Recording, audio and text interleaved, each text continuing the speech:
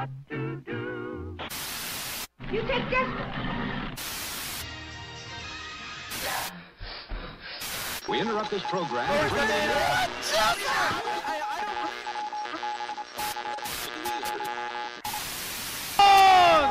Oh, baby! A perfect roll call! Welcome to America, son! Whoa! Demon! Blah, blah, blah. Another jump tour! Oh! My God! Oh! We'll see what happens. Oh, God. Really? It's your birthday! Blow your candles! Speaking of blowing your candles. It's your birthday! Hello and welcome to Die. It is Frame Trap for the week of October 4th. Ultimate NorCal versus Capcom. I can't believe it's finally here. I am Mr. Jared, creative director of iPlayWinner, right here, the CEO and founder of iPlayWinner. It is Mr. Hans. How are you? Doing well. How you doing, man? Absolutely ecstatic.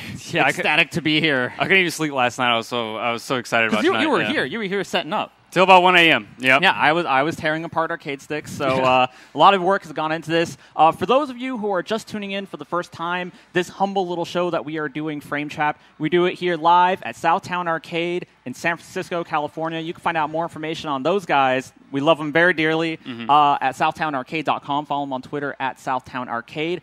We do Frame Trap here every Tuesday, 7 o'clock Pacific. It's a community-driven news show. You can hit us up on Twitter at iPlayWinner, #FrameTrap, and also find out more information at facebook.com/FrameTrap. You can submit content to us. You can give us feedback. We just want to hear what you think about the show. We are very very receptive to that kind of stuff. So even on YouTube, we upload the replays on YouTube. If you want to hit us up in the comments there, we don't read every last one on YouTube, but don't tell them that because we do. Well, and if you're a troll, okay. I'll troll you right back. It's all good. So before we get into the events tonight, we're going to have live Ultimate Marvel vs. Capcom 3. We're going to have Street Fighter Cross Tekken. Seth Killian will be in the house answering all your questions. We got a lot of stuff, but I think since this is Frame Trap, we should cover a little bit of the news. Yeah, a few things happened this week. A few things. Oh, my. Bloody Roar 5. Thank Jesus was announced. I have been waiting for this moment for so long. I'm a big Bloody Roar fan. If you played it in arcades in America, you might remember as Beasterizer. Hudson Soft announced this week. Wait, hold on a second. It's not real. It's a hoax. What did Kotaku do with that? They know. Yeah. Sorry. It's not real. We got trolled. So, moving on. New Line Cinema announces reboot to Mortal Kombat movie franchise. All right. So Bloody Roar 5 is it was fake. It was fake. Yeah. Got very very. It was posted all across the internet. It was posted on. Was said to be Hudson. I don't know if that was even Hudson. It was Hudson Soft's official Twitter account. Although some may recall that Hudson's U.S. subsidiary was closed down, so there is some weird vagueness somewhere in there. Konami purchased Hudson Soft. Okay. So it's one of those companies where they still exist, but it's more like a brand. Right. But it's like, why would you troll your own audience like that? Now the Hudson Soft Twitter account said that it was to inform Konami that there are still Bloody Roar fans out there, and there are. And you know what? I apologize if I sounded sarcastic in that intro, but you know what? I actually do really enjoy the Bloody Roar series. The first two games, really fun, really fast, just kind of crazy fighters. Really enjoyed it. We've seen revivals of just about every fighting game franchise under the sun at this point. I'm still holding out for Primal Rage. I might be the only one. That's a game I haven't played in a while. I haven't seen in a while. But it would have been. I thought it would have been really cool to see Bloody Roar come back. Well, there was a pretty positive response. I mean, absolutely. For me, I was like, who the F cares? Personally, I was like, this is completely casual game. But even people on the iPlayWinner comments were kind of hype about it. Yeah. I remember it being sort of like a fun, casual kind of mashing game. But I guess it's kind of like you can say it was the Dead or Alive of its time to feature animals. That sounds really strange. well, Tekken has dinosaurs and stuff like that, so maybe it wouldn't be too different. But very sad. I'm sorry. Bloody Roar 5, not real. Yeah. Very, very sad. Moving on.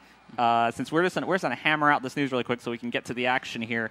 New Line Cinema announced the reboot to the Mortal Kombat film franchise to be directed by the maker of the the Mortal Kombat Rebirth series. Mm-hmm. And that trailer, I think some of you might have seen that trailer. It had they had like Baraka and Jax, and it had really dark tone to it. And then as the console Mortal Kombat 9 came out, they started doing a web series of that. Right. Web series not as well received as that initial trailer. That's true. But the production value I felt was there in that web series. Just I guess it was a bit slow. It was a slow burn. I think people expected a lot more action out of it.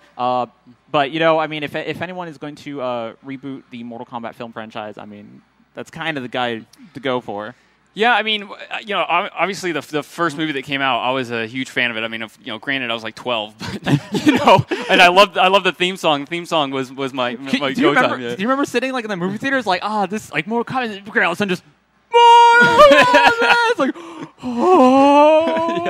I'm so hyped. Yeah. No, obviously the sequel was nowhere near as good or well received. But that original Mortal Kombat film, of all the films to be based off video game properties, I think we can all agree that Mortal Kombat is probably the best.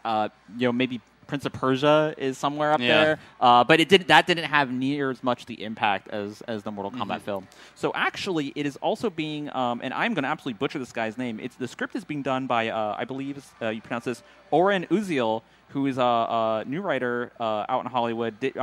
Wrote The Kitchen Sink, which is a screenplay, very well received, that's been floating around. Yeah. He was quoted as saying, quote, "There is no actor attached, and the new story will serve as an extension of the game, will not serve as an extension of the game or digital series." That "not" is actually very important.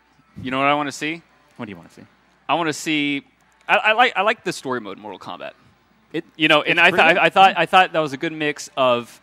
It was super cheesy. Don't get me wrong. But I liked how it wasn't totally over the top, super dark. It's still kind of like because Mortal Kombat's always been very tongue in cheek. Yeah, exactly. It knows it's very self aware of the ridiculous events and the ridiculous people who exist in it. Right. Yeah. So I'd like to see. I hope it's not like super serious the whole time. The whole time through. If it's a if it has some blood and gore and a little bit of drama here and there, that obviously that's to be expected. But I hope it's not, because that first trailer for what was it, Legacy, right, or Rebirth? Yeah. It's it was like super serious, like the whole way through, So, but we'll see. I think it's like 2013 is when it's supposed to come out. So it's already. I think they're already underway with getting things going. My only hope is I just hope they just do like, hey, it's Mortal Kombat and it's a tournament. I hope they don't try to be like, I hope it doesn't turn into like the Street Fighter cartoon series where it's like Street Fighter Special Forces. We're gonna team up and do things. And that's not good.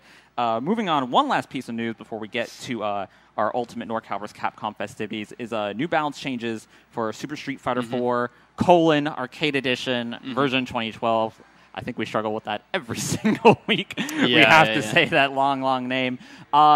Two things really stood out, I think, in these balance changes. First of all, the hammer has finally dropped upon C. Viper. Yeah, I guess she's throwable now out of her EX Seismo, and a lot of players use that to obviously avoid throws, but they'll also use the EX Feint, I think. And so when people do try to do empty jumps, they'll use the invincibility on it to avoid all sorts of stuff. So I think that's pretty big nerf for Viper players. I know obviously a lot of discussion back and forth on how much it's going to affect her game, but you can if you can tell anything, it's that Capcom's taking a real serious look at Viper, and they've been making a bunch of adjustments to her throughout all the balance changes that they put into 2012. Because Viper is one of those characters that when Arcade Edition came out, people automatically assumed, Viper is going to be definitely top tier. Yeah. She's one of the very few characters that throughout the series has really not received any significant nerfs. She's just about stayed the same or gotten better, and it's one of those things where everybody kind of comes down, but if you stay the same,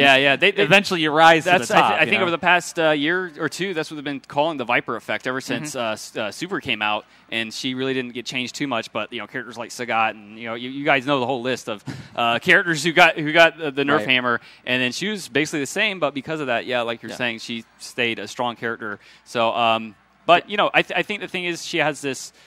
execution barrier as well. So I hope Capcom doesn't forget that. You don't want to put so much time into a character like Viper and then for what? She ends up being like super weak. Yeah, I was actually going to say, Viper, very complex character to play. The execution character, boundary does hold a lot of potential of Viper's back. The EX Seismo invincibility is one of those like things where it's just like this is the one thing that just about everyone can get away with, and she's a character that is intended to be played, very precise, very smart, and it's like they took away that one thing about her that really you could take advantage of at just about any level. So very interesting. Yeah, she's got a lot of damage nerves. I mean, I think they seem slight, but that kind of stuff adds up throughout the course of the match. And I think we were talking about this on previous episodes. Once you get that knockdown and combos here and there, that extra less 10 damage or whatever it may be on a lot of our attacks is going to add up too. But we'll see. I think if anything, a lot of the Viper players who've been playing her since vanilla are just it's even more than their execution or the character themselves. They're just solid players. So absolutely. I'm looking forward to see how those players do in the future after all the changes. So, one other really significant buff, actually, if we're talking about nerf, we got to talk about a buff. Ryu's crouching medium kick. If you don't know much about fighting games, you probably it's not like crouching medium kick. How significant can that be? Yeah. Well, his crouching medium kick has been reverted back to how it was in just plain old Super Street Fighter 4. Somewhere Alex Valle is like, yes, and somewhere Daigo is like silent tear as he goes back to his arcade and picks Yun. Just I don't know. Maybe he's burning his Yun card right now. It's just like finally get rid of this guy. Yeah, I mean, I wonder what players like Daigo kind of think about that because Ryu, I think Alex Valle at EVO this year proved that Ryu is still extremely viable. Still a really great character. Like, how can Ryu actually ever be a bad character? The entire game is kind of revolves around his set of balance. Yeah. So I'm hoping that we kind of see a Ryu revival in a way. Less dive kicks, more crouching medium kick. I guess that's how it goes. Yep. All right, so we are going to take a quick break, and when we come back, Ultimate NorCal versus Capcom, we're going to have Ultimate Marvel 3, Street Fighter Cross Tekken. Again, I hope you guys stay tuned. I hope you guys come back next week for Frame Trap. You can find out more information at facebook.com/frametrap. Please stay tuned, and we will be right back.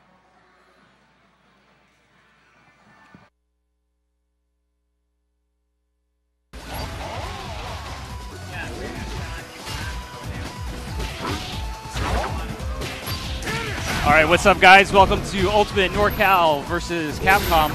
This is Hans, and I'm here with, I think everybody knows you, Seth Killian. What's up, man? How are you? I'm doing well. Man, it's been a lot of work, but I'm doing all right. Right now, playing some Street Fighter Cross Tekken. Got the entire arcade laced up with arcade cabinets. Tricked out, I know. I was looking down the row and seeing like a happy vision of the future with UMVC 3 and Cross Tekken all queued up on arcade cabinets, which might be the first and last time we see this. I know, right? Special thing. It's glad I'm glad that this came about because this is something we wanted to work towards anyway. Just for these games once they come out, For sure, and this is a very special spot, obviously in San Francisco. Really happy to see what you guys have done here. And I think this could be, whatever. It always comes down to location, getting people together and having like that consistent spot. And so I really hope Southtown is going to continue to be an amazing place for everybody here in SF. Yeah, we're going to start things off with little Street Fighter Cross Tekken, and then we'll get to the Ultimate Marvel vs. Capcom 3 a little later. Let's just assume nobody has seen Street Fighter Cross Tekken before. This is our first time even seeing it at all. Like, how would you sum up the game thus far? I know there's been some changes and some new additions lately. A lot of changes and additions. But, I mean, ultimately it's just basically our attempt to try and mix Tekken, sort of the fun bits of Tekken and the fun bits of Street Fighter into a new game. So it's definitely a little more on the Street Fighter side because it is the traditional 2D side-to-side fighter. But we think we've got a lot of the fun mix-up kind of games from Tekken that are floating in all the characters. Obviously, we got the characters. And then also we stole the tag mechanic as far as from Tekken Tag, where if one of your guys gets KO'd, you lose. So it's very important to switch. You'll notice your health heals back very quickly. So if you spend the time or the meter or whatever you're going to do to get that switch in, it'll really pay off for you long term. But in a nutshell, just trying to get the nuttiness of Tekken and Street Fighter happening together in one with some of our favorite characters, some guys that have maybe never been in games before, and some old favorites that maybe haven't been in a game for a while.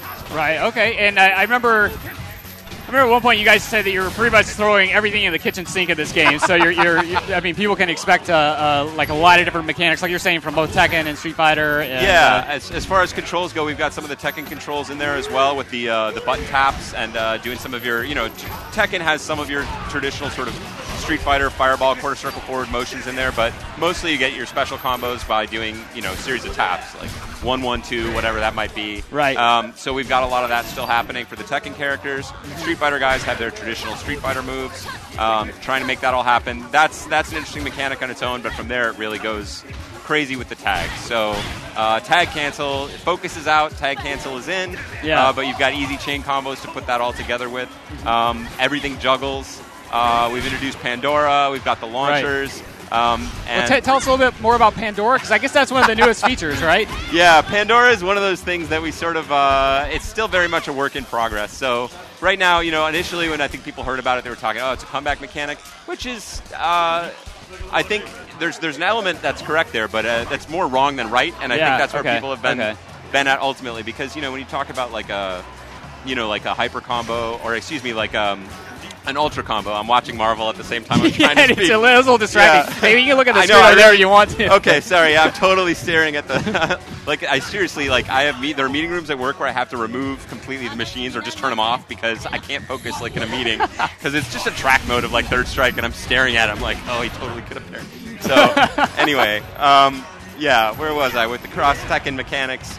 Yeah, so Pandora right now, if you're doing if you have like an ultra combo or something in Street Fighter, there's really no disadvantage to building up an ultra combo. Right. Similarly, X Factor in Marvel there's really no downside to it. It's just a positive. Pandora is very much a crazy gamble, where you are betting your entire life bar, you're betting your entire round on winning in the next 7-8 seconds. So as an exchange for that, you get a little bit of a life boost. You also get infinite super meter. But if you do not defeat the other guy, so even if you get ahead on life, you don't win.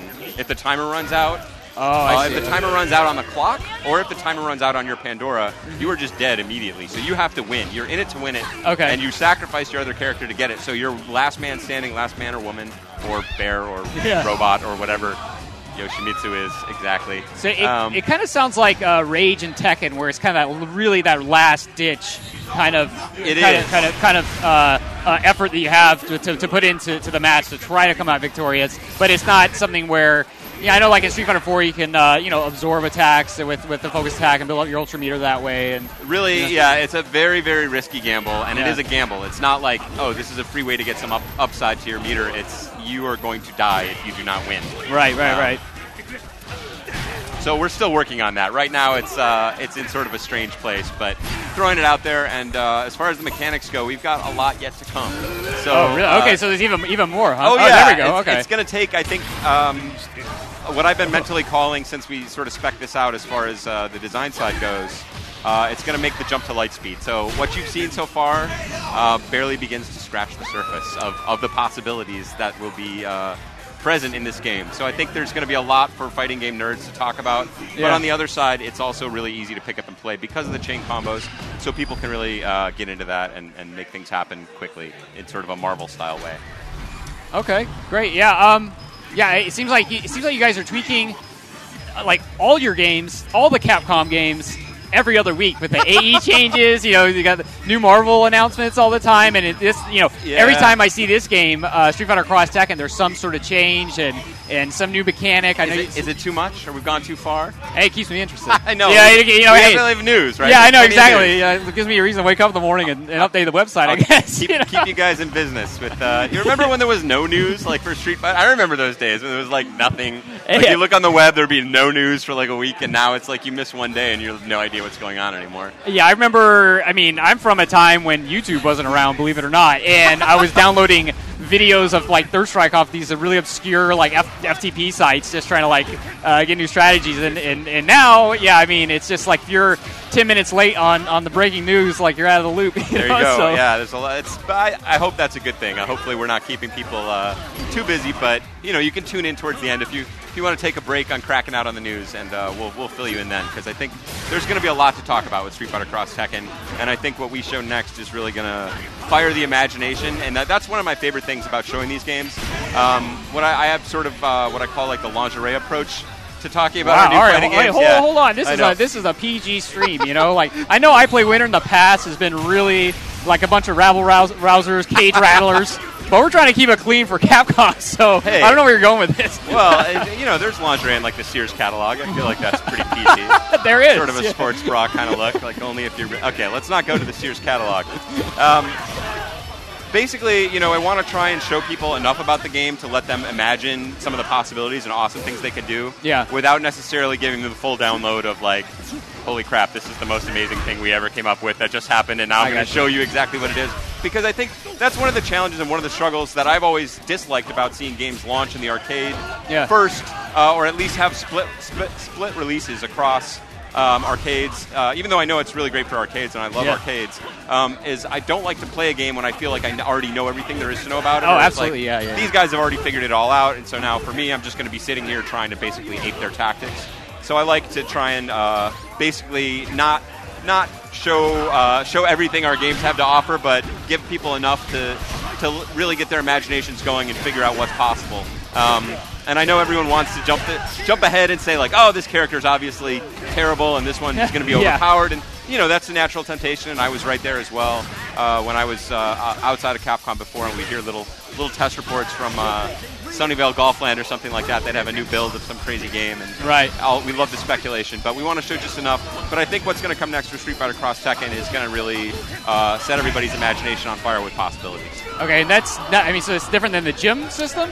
It might be related to that, but you'll see the full scope of the vision. Okay, because I know that I guess that was the most recent announcement was the gym system, and I guess that was just like a couple weeks ago. And can you tell us anything more about that? That's where we're going next. So what I will say about it is it's there's going to be a lot to think about, a lot to. So people that like playing Theory Fighter are going to have a lot of theories to play with, and then a lot of ways to check those out and see them in practice. So that's always internet gold, but it's also going to be, I think, a lot of fun for people just to explore different possibilities. And we'll have more on the gem system pretty soon. Okay.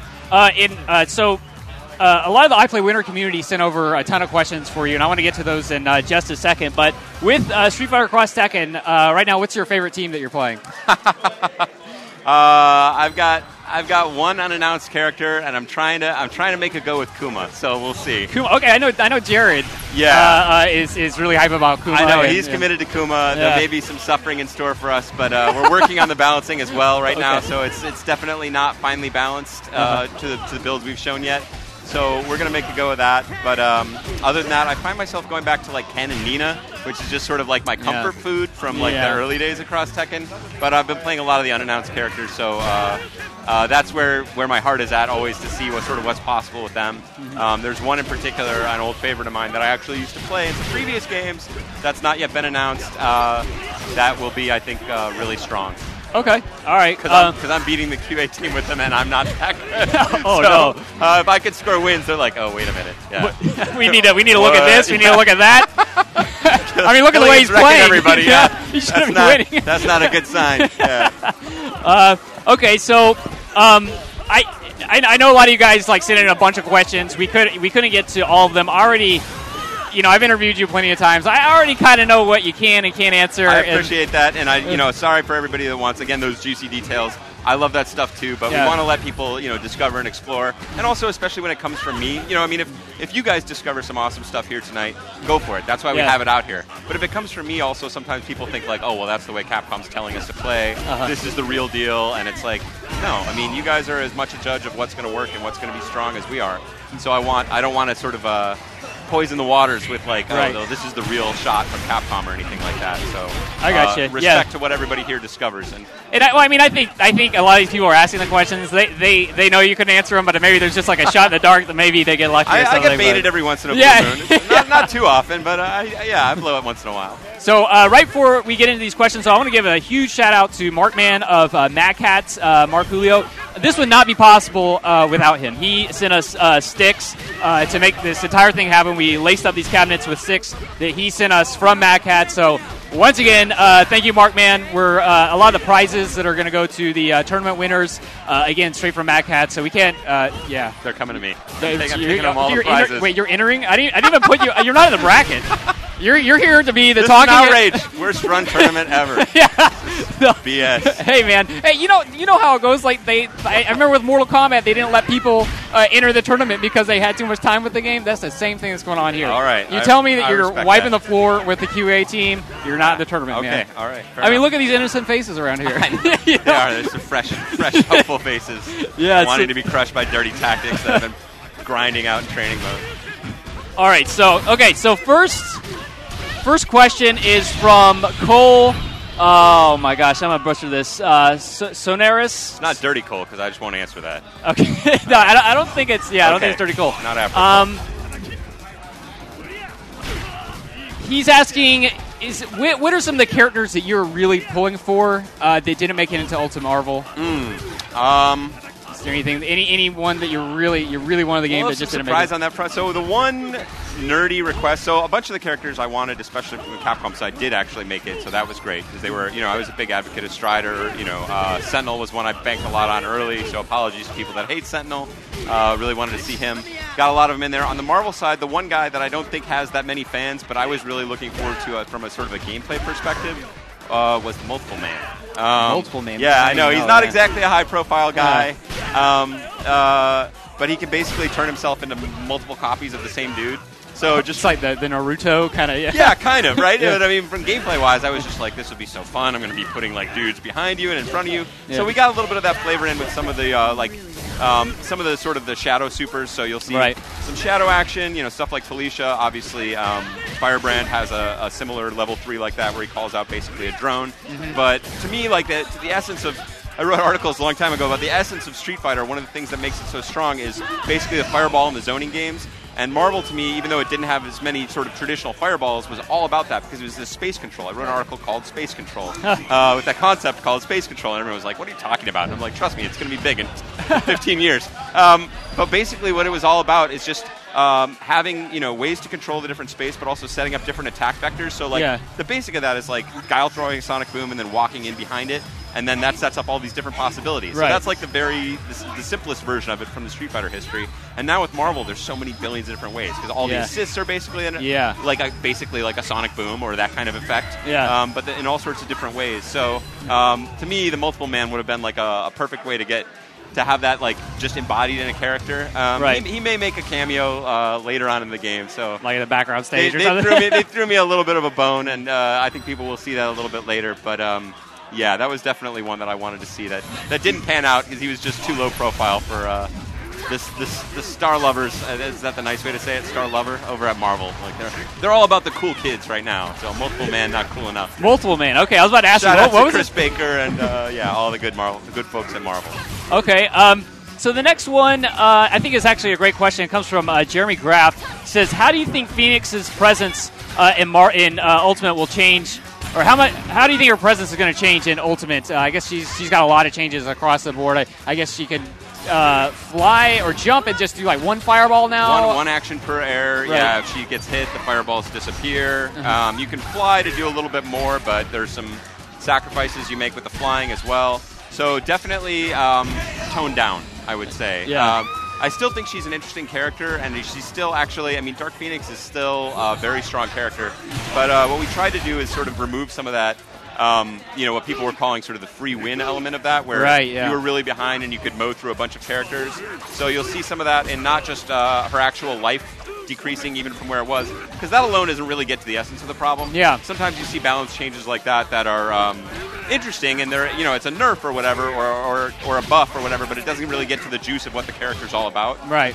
So people are don't necessarily see the value or the point of a change like that. So we didn't just want to make it a life thing. So the way she loses life, the way X Factor is affected is something else that we'll see a little more about. But she's definitely less of a. It's less possible to make crazy comebacks with her. But if you're able to store those meters, you are still able to do a lot of damage. Probably not tear through a full team of 3 anymore. Okay, but, that's good. You can still get through 2 characters, and she still has tons of crazy mix-ups with the teleport, especially against characters that are coming in. Obviously, aerial X Factor activation makes that a bit of a different game as well. Yeah. So you can get out of some of her shenanigans right as you come in. But still, I think a very strong character. But you're going to need to be a little more creative with her on point and really, really really work with her as a character instead of just waiting for X Factor and then doing some crazy stuff and hoping it hits. I gotcha. Yeah, I mean, I have to agree with Jeremy here. He says that he actually really likes Phoenix in concept. I think we all do. We all want to see her be a viable character, but as you say, you don't want one character to wipe out a team of 3 out of nowhere. So hopefully there will be that happy balance. We'll let the community, of course, be the ultimate judge of that, but we think that's where we're aiming for with her. And sort of a follow-up question that Philip, I think Philip Profit, it sounds like, he says, is Phoenix still being looked at for changes in her gameplay, like specifically Phoenix? I think the last build, we're pretty much there, and the last build, I haven't been spending as much time with Phoenix, but I believe she is as she is in this build. Okay. So I don't want to say that's 100%, but whatever you're dealing with here tonight is at least 95, 97, 90x plus percent. Okay. The Phoenix you will see. So no major changes from what you have here tonight. So I'll let you guys do the full report from that when you can finally kick everybody out of here tonight at 4 Okay. a.m. So, all right, now I think you pronounce it Dev, and I think he's a Unity, Capcom Unity he's moderator. A long time. Yeah, he's been around with us for a long time. Very smart guy. Mm-hmm. And so his question is actually Street Fighter Cross Tekken related. He says, and I actually haven't heard this, so I find this really interesting. He says, why was chaining into specials removed from the latest playable build in Street Fighter Cross Tekken? More importantly, since everyone who's tried the game doesn't like this change, will be changed back. I wasn't even familiar with that. Yeah, that is actually something that was different, and I believe I don't know if I was the source on this, but I actually mentioned that to a few people who were struggling with it. I was like, oh yeah, you can't do that anymore. And then that's spread like wildfire around the Fight Club, and they're like, all right, you can't do this. So, yeah, it's just, there's actually been a ton of things like that change from build to build. So that is not final. It's something we're exploring. It's also worth pointing out that some characters can actually chain into special. So it's not a universal thing. It's sort of a balance tool. Okay. So some characters can do it, others cannot. And it's, that's actually part of fighting game history. There's always been some characters that can do that and others that can't. Not in a Marvel where everybody can. But there are some moves, you can't cancel into special or super in a Marvel even. And so similarly, we've been trying that. It's more widespread in the most recent build that we showed, where you can't chain into special, and it's sort of one of the advantages. So people always talk about links. They're like, oh, are there links in the game still? Links, I should say, right. Are not really a design choice that we make explicitly. It's just sort of an emergent property of like the recovery on this move is fast enough to link into the other one. Sometimes we'll make a specific choice to try and make sure that's actually in there, or that we add it back in for a character. But links are not something we really think about on the design side as, okay, this character is going to be all about links. It's just sort of an emergent property that we take advantage of in terms of balancing. But it's sort of, in this case, it's sort of a refocus on linking. Or if you're willing to cancel one move into a special, there's an advantage to that rather than just being able to do an extended chain and then cancel that into a special on more of a hit confirm kind of way. So you're more committed to just a chain rather than having the option to go into special. But that's not something we're married to, so that may change again. And again, it's going to be different by character. And it seems like out of like all the recent games in memory, it seems like Capcom is changing Street Fighter Cross Tekken more rapidly than any other game, it seems like. As I was saying before, not only are there a bunch of new features, but it seems like you guys are just tossing stuff out there, seeing what the community thinks, and then going back to the drawing board, tweaking it, and much more than like AE or any other game, it seems like. Yeah, it's one of those, because AE is sort of like it's not the chess or whatever, I don't know what the right analogy is, but it's a little bit more of an austere kind of game where if you start adding a bunch of crazy mechanics, it just stops feeling like Street Fighter. Right, in some respects. yeah. Whereas this is, even though it's sort of shares some overt similarities to Street Fighter, is actually a very, very different beast, both from Street Fighter and also from Tekken. So it's really its own man in some respects. But that also gave us the freedom to really explore a lot of mechanics that we're just interested in playing around with and having a good time and seeing ultimately if it makes a more fun experience and if it's going to really add up to something for the game or not. But it's basically a bit of a laboratory for us to sort of try different things out and see where they might go. Okay, great. Let's see here. So the next question, this is more of a request. It's from Carl. I think it was just Carl. This is for Ultimate Marvel vs. Capcom 3. He says, can you please add more preset team slots in Ultimate Marvel vs. Capcom 3? He says that there were only 3 in Marvel 3, Vanilla 3, and he said he had a lot of quote-unquote fun teams for casual play, but I guess he wants more slots so he can hold more teams. Is that something that... I think, not to be a heartbreaker, but I believe there are still only 3 set slots from sluts. Only 3 sluts in Marvel. I'm trying to keep it clean. I know. You're infecting me with your iPlay winner action. There are only Save it for Keystone. I think there are only still 3 slots. You know, Japan is not a big fan of changing characters all the time. They like sticking to your gun, so I think they can't imagine that anyone would want more than 3 set slots. Yeah. So for Carl, sorry, buddy, if you're going to play some fun teams, you're going to have to handpick them once in a while. So hopefully 3 is enough for most people, but I believe it is still 3 for Ultimate. So you're saying, Carl, stop having fun and get serious. Yeah, pick one or pick 3 teams and just man up with those guys and stop trying to enjoy yourself. Well, you know, if you want to enjoy yourself, you have to spend an extra 5 seconds on the select screen. Okay, let's see here. This is something where. Okay, so this is like almost 2 paragraphs Donald is throwing out there about the story. And now a reading from Donald. Yeah, and Donald about to blow it up. But he's basically asking about the story in some of the newer games. So you guys, is Capcom going to put more into the story modes and have and for I hate to keep on bringing up Mortal Kombat. Mortal Kombat story mode was really phenomenal. Like I'm not into story mode for fighting games. I'll just put that out there right now. But they did a really good job. I played through the entire single player mode, and they did a fantastic job on the story part of the game. And I think for me personally, even though I'm not really into it, but looking out at maybe more casual players, that's something that I think they really enjoyed and they look forward to. They may not have like a Southtown arcade or a group of competitive friends or the best internet connection. So is that something that maybe Capcom's going to move towards, is more interactive story elements? Or? I think we're very aware of that. I totally agree that Mortal Kombat did an amazing job on that. Yeah. It was one of my, one of the things I liked immediately about the game and had fun playing through, and it gave me a great sort of single player experience that, again, aren't my bag in fighting games and not really ultimately what I play fighting games for. But so there's a little bit more of that, and you're going to see some more fun stuff in terms of the endings and a little bit more in the intro and stuff like that. But as far as sort of a groundbreaking story experience, that really hasn't been where the focus is. So Capcom always will and has and will be about the focus on the characters. So hopefully the kind of love that you see in some stories sometimes will be reflected in our character design. We really spend a lot of time on those. There's a lot of craft and care, and I think that's sort of why you get the lifespan you do out of a lot of Capcom fighters. That's true, yeah. Because that's really where our focus is. So could there be a focus more on story? There is. Is that an opportunity market-wise for expanding the game to different kinds of audiences? No question. So I think that is a good plan, but I can't say that it's going to rock your socks and spend a little bit more of a focus there. And you'll see a lot more cameos and characters that you were sort of hoping to see will show up some way or form in the game.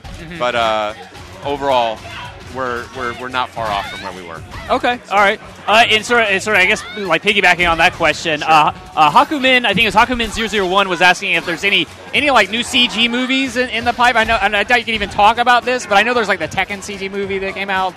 Yes, we've got something.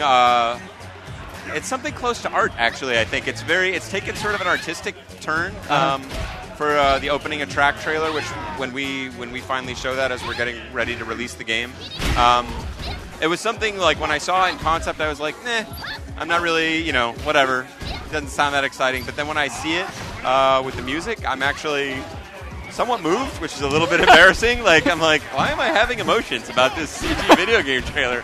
But I think it's something close to it was pretty special to me, and again, the way it ties a lot of the characters. It's a very diverse cast as far as like serious and stupid. Yeah. Champ's trying to blow me up for questions. Get on the stream. If you're on the stream, you can ask questions. Not live. no live questions till later. Play the game. Just play the game. I know. Leave it to Filipino Champ to complain. Yeah, I know about something. I want a different color. Well, we will actually have, as you've seen, some of the stuff going up on the web. We've got a lot more alternate colors for all the characters with a little bit of thought behind them for Ultimate Marvel. So if you want different characters, there are 6. And to me, it makes actually a very big difference because there were some characters I never quite found my favorite color preference. That's not the kind of stuff that I usually hammer the team about. I'm usually on about some gameplay stuff rather than I'm like, all right, you're going to have whatever colors you want. I don't care. But the additional colors in Ultimate Marvel do really make a difference. I'm really happy to see that. Okay. Let's see here. Gosh, where were we at? Now I totally... We just read from Hakuman. Yeah, okay, here we are. Or Dan. Let's see here. Gosh, this is kind of a loaded question. Where do I start? I guess, okay, so ... is asking about Iron Man. It says right now it seems like he got a lot of nerfs with the tri-jump and stuff, and I guess no double jump anymore. Is that correct? And, that is correct, yeah. And I guess he's asking how's Tony Stark going to compete when that was sort of like a big part of his game. And well, it's so Tony Stark, Iron Man is actually one of the more changed characters. So what he's lost in some of the old ways he's played, he's picked up in some of the new adjustments he's made, which is he's got easier ground chains. The air dash is not as good for sort of instant pressure, but it also gives you, it's got this sort of weird feel to it where he sort of floats in the air a bit, and it's actually quite tricky because he can sort of stay up a little bit and more of a, I think it's actually better to be like right here above your opponent than like on the ground. Yeah. So it gives him some different kind of possibilities, and it works well in conjunction with assists.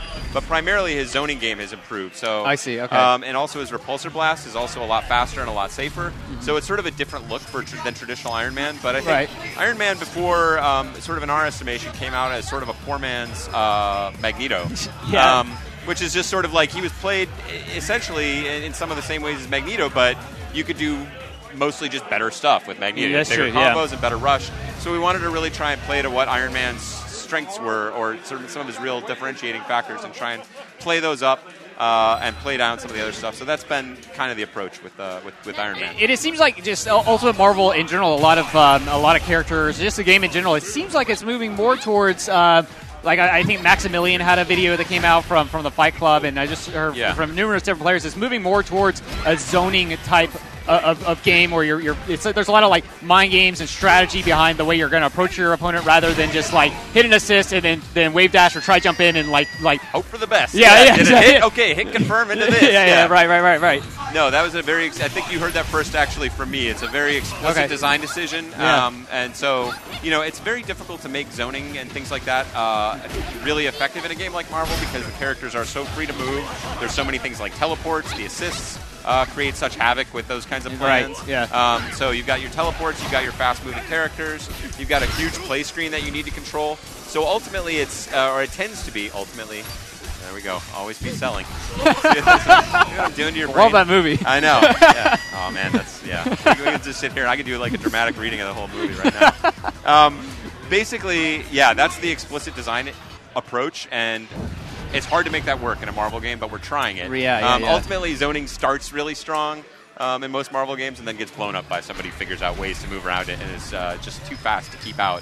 But we're really trying to make that faster. So Iron Man, Dormammu, a lot of the things that you sort of thought you would be fun when you started to play Dormammu, and you like had these ideas about like, oh, let's do more pillars and trap them and keep them out with black hole. Didn't really work. Situationally, you could get a couple of pillars or something in there and make them block them.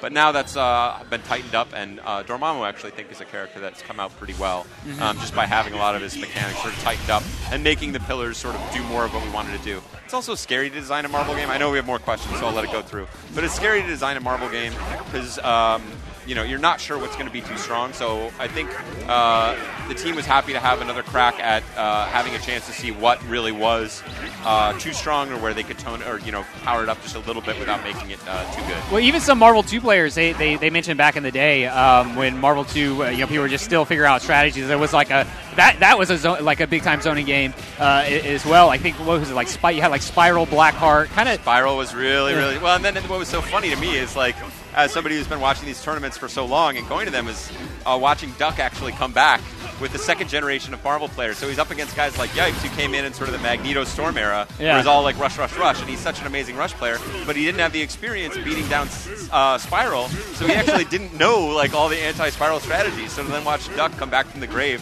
and win, I think it was, I can't remember which EVO that was, 2006 maybe? You're right, yeah. And he won EVO with Spiral, and everyone was like, "What? Zoning is good." It's like, forgot how to play. I'm not the guy to talk to. Sorry. Yeah. Go. Hey, Art. There's something with the one of the joysticks. Yeah. Yeah. All right. Sorry, guys. Mad Cats. I'm sure it was. There's something with the joystick. Joystick. I don't know. Ask them. Yeah. I like that you're the default man. Like, I know people you're not doing anything. They're like, "Hey, how do you do?" I know, it's like I sit in front of the computer. On the internet here. Yeah, I know. People think I'm checking my email. I guess this is serious business. having a very animated discussion about your email. Well, actually, you are checking your email. Actually, it looks exactly like I'm checking my email here. So anyway, moving on, because we do want to get into this more Ultimate Marvel. Players are lined up. They're playing it right now, so we want to switch over to that soon. But we got a few more questions here, and this is I kind of grouped. I guess it was like 4 questions, or 4 different questions of one, because they're all basically asking the same thing. It was from like Lynn and Daryl, Point, Counterpoint, and I think even one other person. Basically, they're asking about Shuma and Jill, because nobody's really seen much from Shuma and Jill in Ultimate Marvel, and they wanted to know basically what's different with them. Are they being touched? Are they just being left alone? I know, with them being DLC characters, they didn't really get as much love as like some of the other characters. So, well, 2 points. So on the first front, one, they've been actually pretty lightly touched. So there's been a few things change, but not a lot of dramatic changes. So you've seen some of the stuff with Shuma, where he's able to now grab and drain your life and your super bar, which is pretty cool. That's actually, I think, a nice improvement for him. There's been a few other little frame data changes, and things sort of tightened up. You can also mash out his super, I can't remember what it's called, where he throws out all the spiky eyeballs. I have no idea. Now it's mashable. Everyone loves mashing. That's right. So the mashing is back with the supers. Mashing is back, yeah. So he's got that. That's nicely mashable. Jill's, I believe, spin machine gun shot is also mashable. Jill, actually, we think is one of the most underexplored characters in the game. Shout out to Clockwork. I know he's trying for a while, but we think Jill is actually much stronger than I think the general tournament-going populace does. Mm-hmm. So certainly we could be wrong about that, but Jill was not a character we thought really needed buffing. People may disagree with us, but so again, Jill's had some minor frame changes, but don't expect anything dramatic with Jill, and the Shuma stuff is basically where we're at with Shuma as well.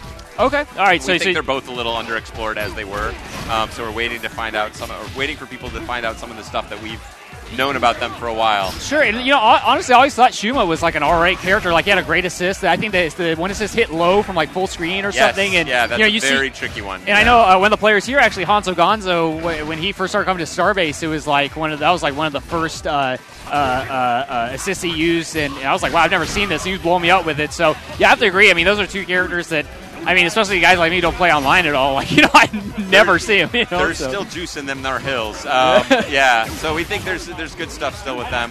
Particularly Jill's Beast Mode Level 3 Super Hyper is crazy sauce. Anyway. Okay.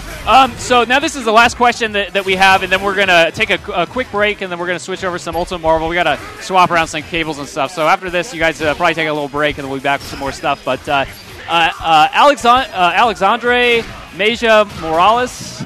I know I probably butchered his name, but he's asking what's the best way to play Iron Fist. He mentions that he knows his launcher sometimes does not connect with a simple combo, and I guess, and he's also asking if you're going to post up a change log, or like an official one, like you've been doing with AE as well. So yeah, on 2 fronts. So one about Iron Fist launcher in particular, it hits low, which is somewhat interesting because it's got pretty decent range and hits low. So you can actually use it in conjunction with OTG assists, or not OTG, but overhead assists. Oh, okay. Yeah. So it gives him some interesting options there. He's also got high lows with himself.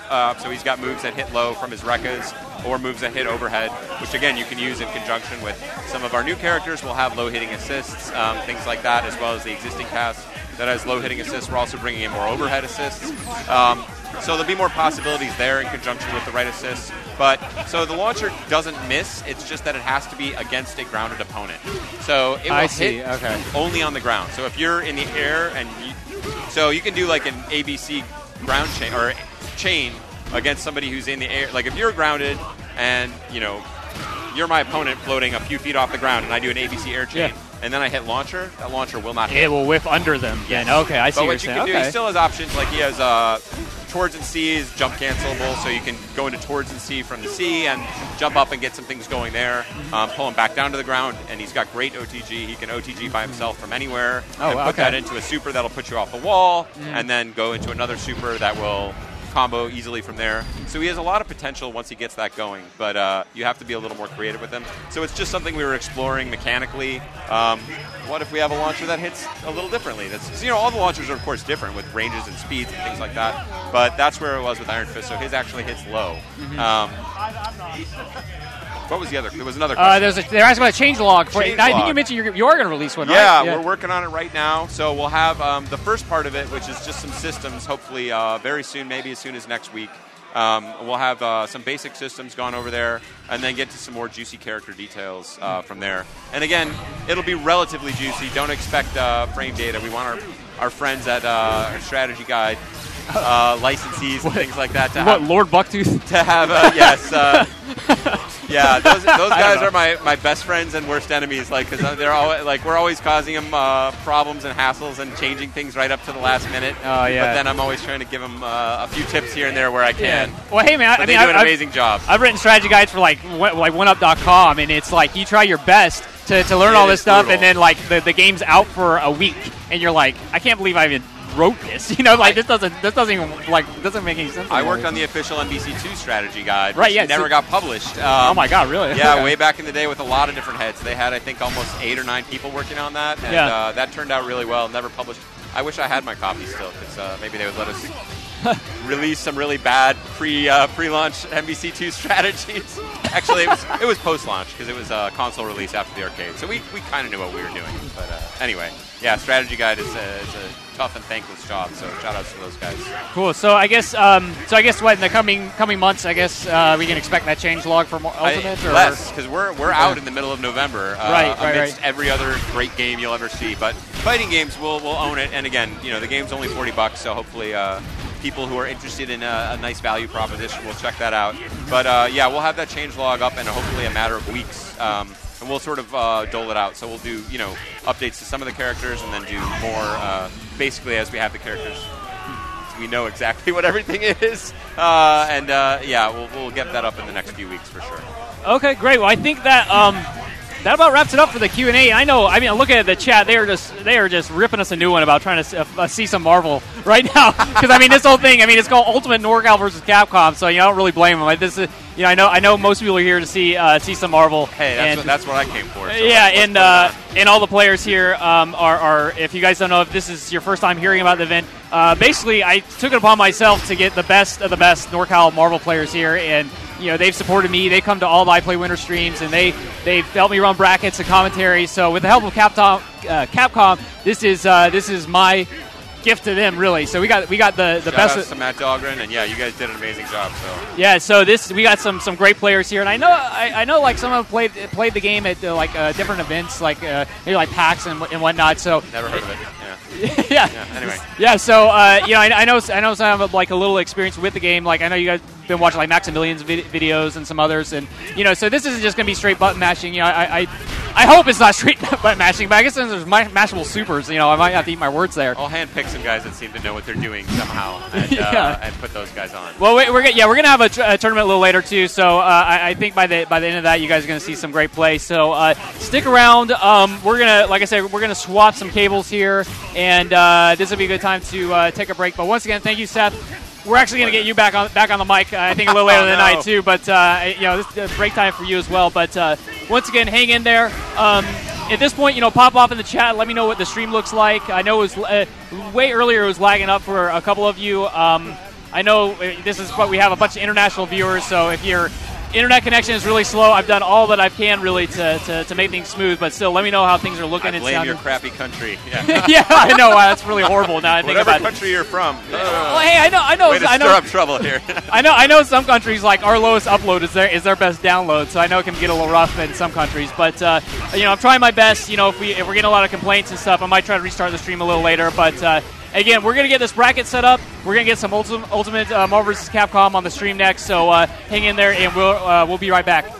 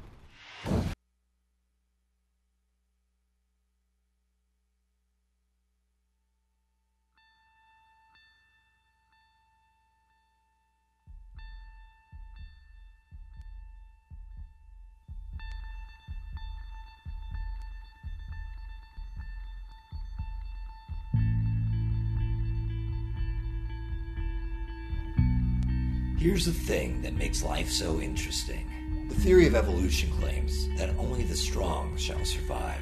Maybe so. Maybe so. But the theory of competition says just because they're the strong doesn't mean they can't get their asses kicked. That's right. See what every long shot, come from behind underdog will tell you is this. The other guy may in fact be the favorite. The odds may be stacked against you, fair enough. But what the odds don't know is that this isn't a math test. This is a completely different kind of test. One where passion has a funny way of trumping logic. So before you step up to the fighting stick, before the start button is hit and the clock starts ticking, just remember out here, the results don't always add up. No matter what the stats may say and the experts may think, and what the commentators may have predicted, when the fight is on, all bets are off. Don't be surprised if someone decides to flip the script and take a pass on yelling uncle. And then, suddenly, as the old saying goes, we've got ourselves a real match.